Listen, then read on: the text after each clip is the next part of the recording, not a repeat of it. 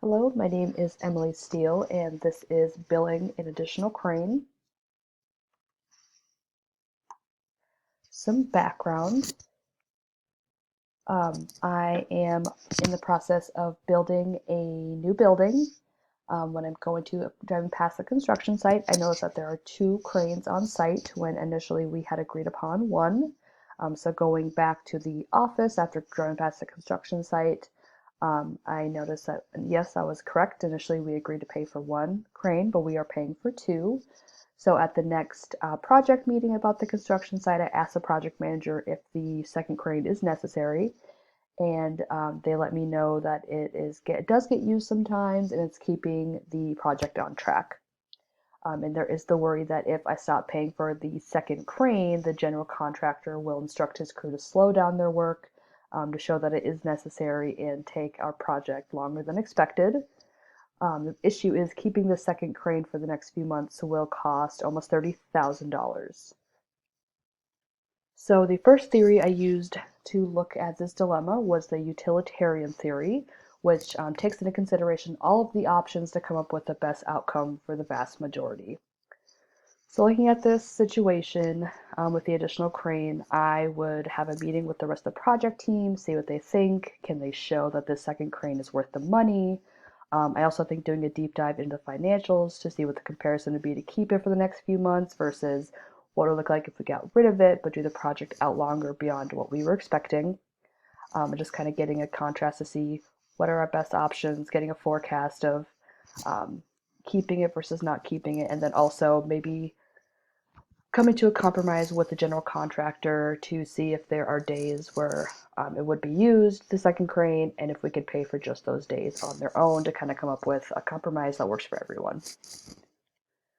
The next theory is, or not theory, but more principle, is Kidder's rule-based resolution principle. And that principle focuses on the theory that we do not know the future, so we need to use what we know now to make our best decisions, and that is the already existing rules. So in this situation, we know that the additional crane is costing us a significant amount of money for something that, from what we've seen, is not being used. Using this principle, I would stop paying for the crane and have conversations with the general contractor to prove that this will slow down work before putting a formal slowdown in place with the construction crew. And then if and or when the general contractor can show me facts and figures to show the second crane will speed up the crew's progress, then we will continue to pay for it. The third theory that I looked at was the Deontology Theory, and this one focuses more on the golden rule, so treat others how you want to be treated, and morals are more of a leading factor as opposed to end results or facts or anything like that. So with this theory, I think it would be more appropriate to meet with the project team to get their perspective, get everything what they think is their best option, then also meeting with the general contractor. And then using that perspective, I have a feeling it would lean towards continuing to pay for the second crane to ensure that the contractor is being able to pay for the crane, and then also his crew to keep everyone, on line with the job that they were getting expected to pay for the next few months. And this would keep us on track. So that would also be very important from a project perspective. The last theory or principle or lens that we're going to be looking at is the center from the ethical lens inventory. And this focuses really on what's going on presently and seeing everything really as clearly as possible. This lens does have the advantage of being very familiar and comfortable with the other four lenses, but also it can cause, knowing all of these things, it can kind of make you stop and kind of wonder, okay, what is the best approach? So with this lens, I would lay out my options and get a sense of the possible outcomes and what would be best for the company.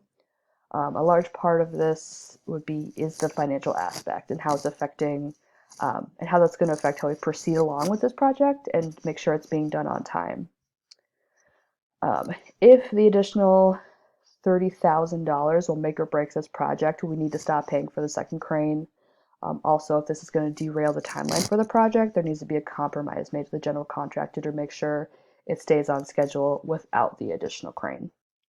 So final conclusions, there just needs to be a compromise, I think, made with the general contractor to make sure that we aren't paying for this additional crane that's not being used, and if we are going to use it, we will pay for it then and only then. I think the utilitarian theory, Kidder's rule-based theory, and then also the center lens really help show that this coming to some sort of compromise is going to be the best way forward.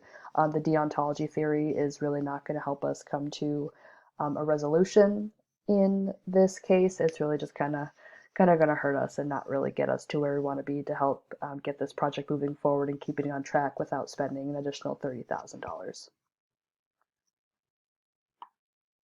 These are my references. Thank you.